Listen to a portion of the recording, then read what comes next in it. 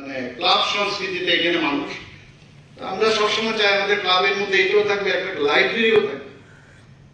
এটা এখনই কিন্তু ওই যে বললাম যে টেকনোলজির কারণে বই তো কিনে এনেছে, কিন্তু সেটা না কেউ নেয় না কেউ পড়ে, জায়গা সংকুলনের কারণে সেটা সমস্যা হয়।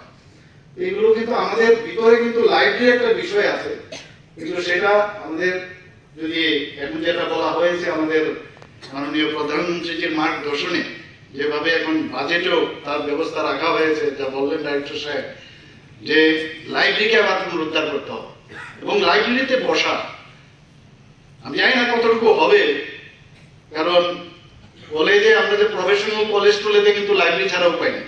তাও কারণ বই এমন একটা জিনিস, যতই আমাদের কাছে এখন ইন্টারনেট থাকুক যাই থাকুক, সেটার কিন্তু মান্যতা একমাত্র বইয়ে যখন প্রকাশ পাবে তার আগে কিন্তু তার মান্যতা পাওয়া যায় না, এবং পরীক্ষায় লেখলেও হবে না। আজকাল ট্রিটমেন্টও কিন্তু দেখা যায়, অনেকে সব ট্রিটমেন্ট মানে গুগল খুলে ট্রিটমেন্টও মানে শিখে নেয়, কিন্তু এতে লাভ হবে না, মানুষ মরে যাবে সেই ট্রিটমেন্ট করলে। এবং সাইড এফেক্ট কি আছে কি না আছে সেটা বই পত্রতে যখন রিকগনাইজ না হবে ততক্ষণ হবে না। বই এখনো কিন্তু একটা বিশাল রিকগনাইজেশনের বিষয় এবং নিজেকে আবিষ্কার করারও বিষয়। আমরা ভারতবর্ষে আজকে শুধু রাজা রামমোহন একটা সমাজ সংস্কারক শিক্ষাবিদ, কুসংস্কারের বিরুদ্ধে সারা জীবন উনি পরিশ্রম করে গেলেন। আজকে আমরা যারা এখানে আমাদের ছোট ছোট ছেলেমেয়েরা আছে বা আমরা যারা আছি, আমরা ওনারা এই সমাজ সংস্কার করেছে বলেই মানে আজকে কিন্তু আমরা একটা মানে ভালো অবস্থার মধ্যে আছি।